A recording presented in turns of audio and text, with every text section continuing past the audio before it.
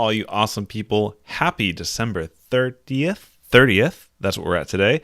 Almost the end of 2020. Can I get an amen? John here again with an awesome video. I was brainstorming with my wife and we're really talking through some of our plans for the new year. And on my side, I'm working on several new funnels. I'm really excited to share with you guys once I get the results I'm looking to get. But on her side, it's really focused on improving our email marketing. You know, we have a list. It's hovered between 100,000, between 50 and 100,000, and it really depends on how much we clean it, which we'll talk about here in this video. But we've been really focusing on not just improving the quantity of our email subscribers, but also improving the quality of our email subscribers. So in this video, I want to share with you 9 different tips that can help you boost the quality of your email marketing efforts, okay? And if you're new to the channel, please consider hitting that subscribe button, the like button, doing all the sharing thing, all the great things that can help tell the YouTube algorithm, the Facebook algorithm that I'm here to help you, because that is honestly my goal. All right. And also, if you're getting into 2021 and you're looking to launch your first or next funnel and you would like to have a little bit of a checklist on your side, head on over to loveyourfunnels.com. Yes, that is loveyourfunnels.com.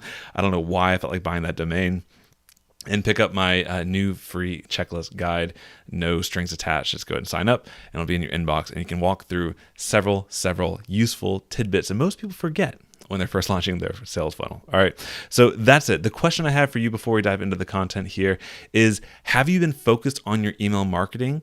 And if so, what frequency are you emailing your list? Are you one of those daily email guys?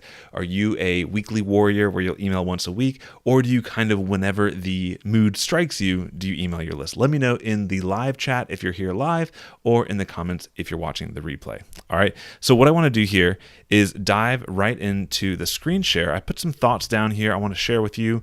Let me see if I can figure out this technology. Boom, step 1. Boom, step 2, and then of course, if I were a professional, I would be over here immediately. All right, cool. So I see Anthony's here. How's it going, guys? 3 times per week is what he's emailing. That is a pretty solid schedule right there. We're going to talk about schedules in your emailing here real quick. But we got 9 of these guys to go through. I don't want you to be here for an hour, so we're going to dive in super quick. All right. So tip number 1, in general, by the way, I want to relatively sort these by the most important first, okay? You don't have to do all 9 of these. The goal is not for you to have this incredibly long checklist or to-do list whenever it comes to you writing your emails, but keep in mind that the ones in the beginning are going to be relatively more important. The one towards the end, if you can, go for it, okay? So tip number 1 is simply write good stuff. I didn't think that you would expect that, right? Just write good stuff. I mean, at the end of the day, what I do is I write my email, then I walk away for at least 30 minutes, and I come back and I read the email. If it doesn't excite me, if it doesn't do what I wanted the email to do in an engaging fashion, did it drive curiosity? We'll talk about all this in just a second. But then I have to retweak that. You want to make sure that the content is good, because all the ninja tactics that people will tell you to do miss the point. Email marketing is about relationships. So the useful elements you can add into your emails to make sure that they are worth sending, if you can tell your story, and that is, I'm asking you to get personal, right?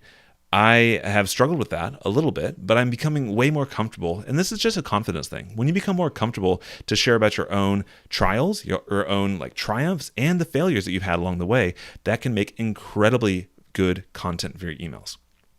Also, include elements of curiosity. If you have a huge thing that's coming up, whether you're launching a new product, if you're getting into a new topic on your website or your blog, your content, spread out that content over multiple emails. Drive curiosity from email to email, which is also sometimes called soap opera sequences down here, when you can leave a cliffhanger from one email and say, oh, by the way, maybe you open up a scenario, you open up a problem in email 1, but then you tell them, hey, tomorrow or in my next email, whatever your frequency is, I'll talk about the solution and what else you can do with that, okay? Bring in some elements of good storytelling to increase the open rates and just the people holding on to your emails, right? The whole goal of email marketing is to build that relationship, and you have to kind of open the kimono a little bit to drive people to want to open them and read them, right? Another thing that we use quite frequently on our main business is time-sensitive offers. We want people to open emails because it teaches Gmail and Outlook and all the email service providers. We'll talk about that in just a second. But all the governing bodies, essentially, that kind of track every email sender, make sure that you're a good person, that you're not a spam bot. You want to make sure people are opening your emails and reading them. And the best way to do that is to really incentivize them. If you have a relatively deep product catalog, if you have several things you can offer, you can put in little offers, maybe 5% off, 10% off, whatever's right for you, in your emails to make sure that people, if they're just waiting for the right deal before they become a customer, give them those opportunities. And it's also, as a byproduct, going to increase your open rates as they check to see what your weekly deal is, if that's the style you go after. And as I mentioned before, being vulnerable in your emails always helps to make you not a guru, make you not a random business, but making you a friend and a trusted ally, which is where email marketing really stands out from the rest of content marketing on the web. Cool? All right, tip number 2. Drive engagement. Okay, so we talked about stories and all these things, which was rather passive, right? Is you doing all the work of creating that engagement. But if you ask questions in your emails, if you have calls to actions, if you ask for micro commitments, let's walk through those, right? So when you're first getting started, you might not even know what product to offer yet. And if you're emailing on a regular basis, the biggest thing you can do is start asking for replies. You got the time, right? If you don't have hundreds of thousands of subscribers, you got the time to engage one-on-one with your subscribers. Eventually, you might get to a place where you're like, do I really want to ask my subscriber list this question? Because you know you're signing up for like 20 hours of email responses from asking one question. So in the beginning, asking questions all the time is great. Towards the end, you might need to, or not the end, but as you start to scale, you might need to enlist a team to help support all those emails that come in. But engagement is fantastic. It's fantastic for the relationship between you and your subscribers. It's also great for the relationship between you and AOL, if people still use that, or Gmail or Hotmail or Yahoo, all those different mail providers. Because if you're seeing emails back and forth, it's way less promotional looking to the bots, right? The people that are reading all this and seeing all the transmissions go through, they see you're having conversations. It's not just this one-way blast of communication from you to your subscribers. When that engagement happens back and forth, it's a good thing. Calls to action. If you just send an email and say, hey, how are you doing? Bye. It's good. Like the call to action is there because you're kind of asking for a reply, but you don't want to waste your reader's time. And this might sound weird. If you just write a story to them, it's good because it can build relationship, right? But there should always be a next step. You never want to just drop off the relationship and leave your subscriber wondering what are they supposed to do next. Oftentimes, people, if they're opening your email and they're reading, they're interested, they're ready to take the next action. Make sure there is a next action. That can be your latest post, your latest video, your latest offer, another case study, a testimonial. You can take them to the page to see that. Anything you want it to be. It doesn't always have to be sales. We'll talk about that towards the end as well. But there should always be a call to action that you drive in each one of your emails. And then micro commitments, that's basically a summation of what we just talked about. A micro commitment is when you're asking them to do something where it's not a big deal. We're not asking them to pull out their wallet or give us their credit card or anything like that. We're just asking them to kind of do something, because what that does is, you walk down the street and it's easy to keep your head down and not look at anybody else who's along the way, right? But when you start engaging and you say, hello, how's the weather? Like you talk to somebody, you're making that small step forward that then can oftentimes like wet the whistle, right? And you can start to more easily open up and relationships can form. But it always starts with those small little actions that you take each and every way. We call those micro commitments. All right. And then being relatable, obviously. All right, next one. And this is a bit more on the technical side. Avoid trigger words. And I'm not going to give you an exhaustive list of these trigger words, but you know them when you see them, right? If you want to know what a trigger word is, go to your Gmail and go click on the spam label, because Gmail's already taken all those emails out of your inbox because they know they're spam. So the word free is fine, like, right? You're okay to use free, but if every email is littered with free, if you start to sound like a used car salesman and things like that, like that's starting to be not a good thing, right? So that's where stories can really help, because you don't want to always be promotional in your emails. Get money, anything in all caps. When you start getting kind of crazy and write all your emails in all caps, that does not look very good. It looks like you're, a prince across the world who needs a wire transfer and all this stuff. And please spell correctly. When you're writing your emails, it may be your style to like be fast and loose with it, but you also have to consider that you need to also look good from the perspective of the email gods, the Gmails of the world. And if you want to see a poorly written email, go to your spam folder. You'll see nothing but littered typos because there are people trying to take your money, and you don't want to follow suit with them. Okay, pretty obvious one. So just don't do it. Next one is controversial. Stay consistent. When you're writing emails, it doesn't have to be a daily email. It doesn't have to be a weekly email. It should not be too infrequent from the last email. You want to have whatever the cadence is. Cadence is just like a metronome. It's going to beat at the same time every time. I'd like you to work towards getting that consistent because, and also I'm talking to myself here. Like sometimes I don't always send out the email when I want to. It might be a couple days late, and that is just life. And nobody here is perfect, and you're going to trip up on every one of these, so don't worry about it. But what I find the biggest thing is email marketing, just like building sales pages, just like working out in the gym, they're muscles, they're habits, they're things you're building, and you have to exercise the skill for it to grow. So in the beginning, if you only have one email subscriber, write them a letter. You can even call them by name, right? So many people, I work a lot one-on-one with clients, and they tell me that, I have this list of, like, it's only 50 or 60 people, so I'm not emailing them, but when my list gets bigger, I'll start emailing. And I tell them, well, and I ask them why they're not emailing now. They said, well, I'm a little bit scared. So, well, don't you think your fear is going to multiply when the size of your list multiplies? It's important for you to be able to do the little things well so that when the big things come up, you can tackle them, right? So be consistent with your email marketing. If you neglect your list for 6 months or for a long time, you stay super inconsistent, a good portion of your subscribers may forget who you are. They may forget your name. It happens, right? We're all busy. And if they start marking your message as spam because to them it seems like you're an unsolicited marketer and they've forgotten that they signed up for you a while ago, that can really hurt your email reputation. So keeping consistency, if they unsubscribe, that's fine. But if they think you're coming out of nowhere, they're probably going to hit the spam button, and that can hurt your reputation online. All right. Next one, I've forgotten the numbers here, but earn the pitch. So what I mean by that is Gary Vaynerchuk, some people like him, some people don't. I like what he has to say when it comes to email marketing and giving value first. He has a general principle called jab, jab, jab, right hook. And what that means is the jabs are the emails when you send that are just giving value. You're pushing out value into the world. You're giving free goodwill. You're not asking for anything in return, and you're just giving, right? You're earning the ability to eventually earn that right hook, which is when you're actually asking for something in return. Okay, so the general idea here is give a value email, a value email, a value email. And then after giving a few of those, you've essentially earned the right to ask them to do something for you, right? So it doesn't have to be 3-to-1. It doesn't have to be a purely pitch email. There's several ways of implementing this, but I think the theory and the general theme of this idea is sound, is that not every email should be a pitch fest.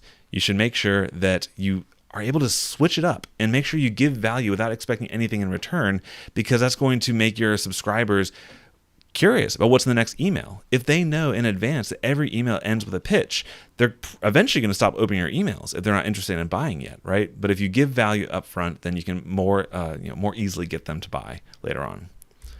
All right, so I've got 2 tools I want to show you in this video as well, and here's the first one. All right, so the next tip is over time, I want you to validate your list. That doesn't mean go into Excel and look line by line. There are tools out there that allow you to upload your list securely and all that good stuff. And I like to think of it as spring cleaning, right?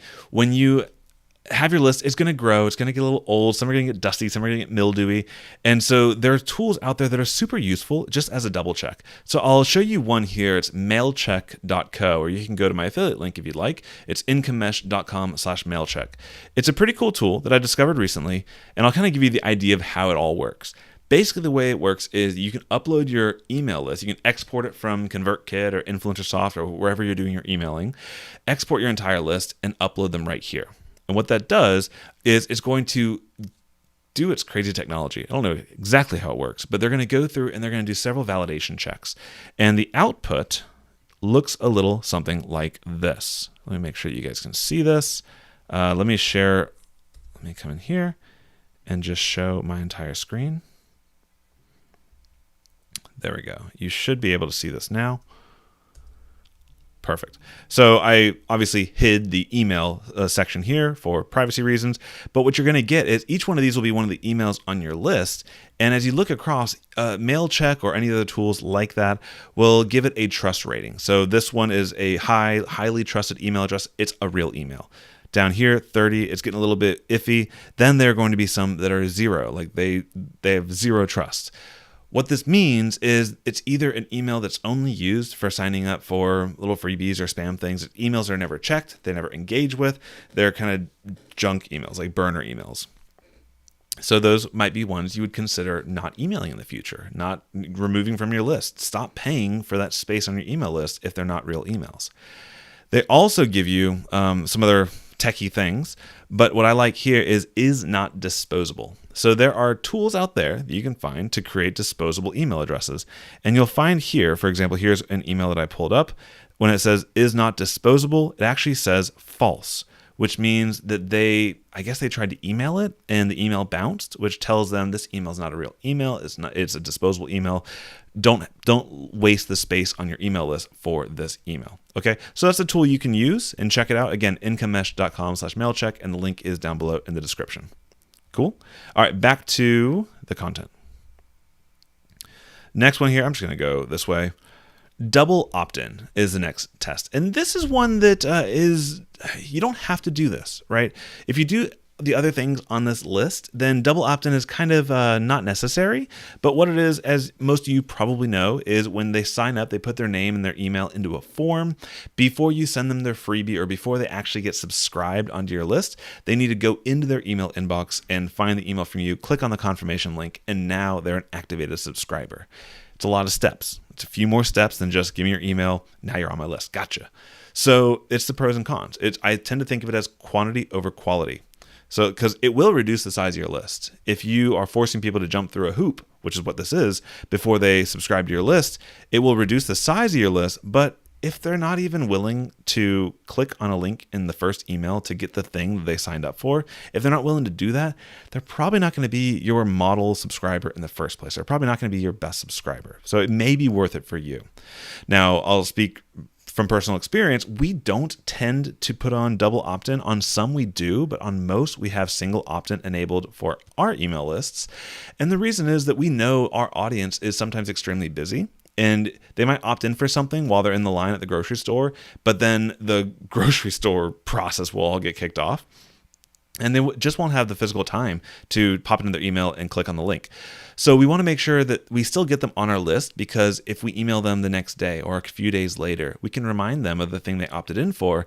And through automation, we can also say, hey, I noticed that you never actually opened up the freebie that we sent to you.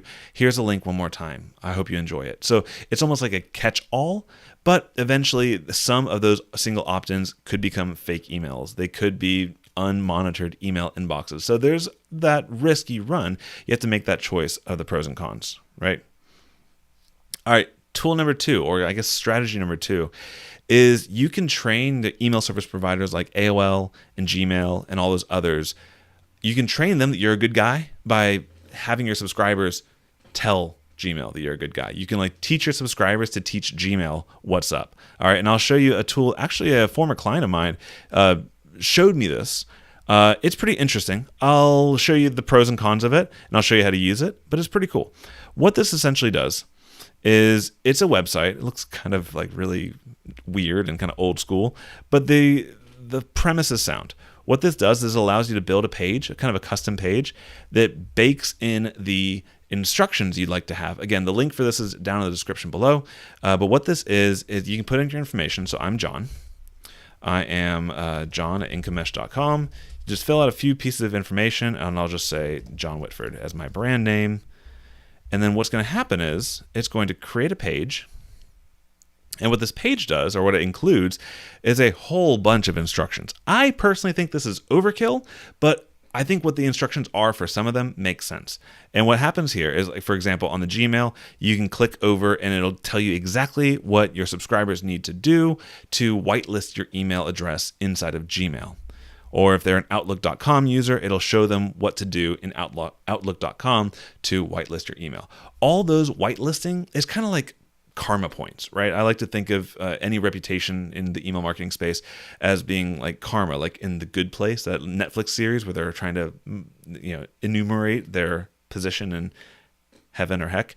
Anyways, So every time you get whitelisted for somebody, or every time somebody replies back to your email or clicks on a link or does good actions, it's like positive karma points. And whitelisting your email is a very good karma point that your subscribers can give to the email service providers to make sure they know you're a good guy or a good gal. Okay, so it's pretty cool setup. What you can do here is once you filled out the information, I'm going to go to view page source, and this will actually give you the entire code of this website. So I will hit copy all that, and let's just quickly build a page inside of Influencersoft to give you an idea what you can do with this. So I'll come in here, I'll go into one of my websites here in Influencersoft. Let's go into Jay Whitford for right now, and in just a second this page will be live so you can see what it looks like as well. I'll add a page, and I'll call this page whitelist. I'll just make it a blank template. I'll make the page.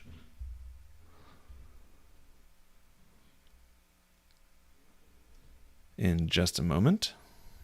Should have had this done beforehand, right? And all I'm going to do once this loads up is I'll remove the junk that's here, and I'll just put in a little HTML block. So I'll come over here, let me edit this section. I'll add a code block in,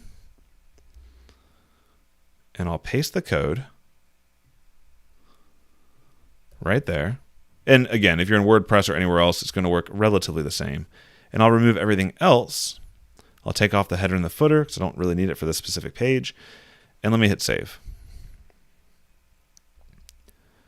And now if I exit out of here, and I'll just name this page whitelist, or you can name it whatever you like.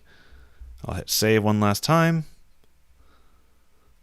And that should be good to go. So if I hit on the little eyeball, that'll pull up this brand new page that we built.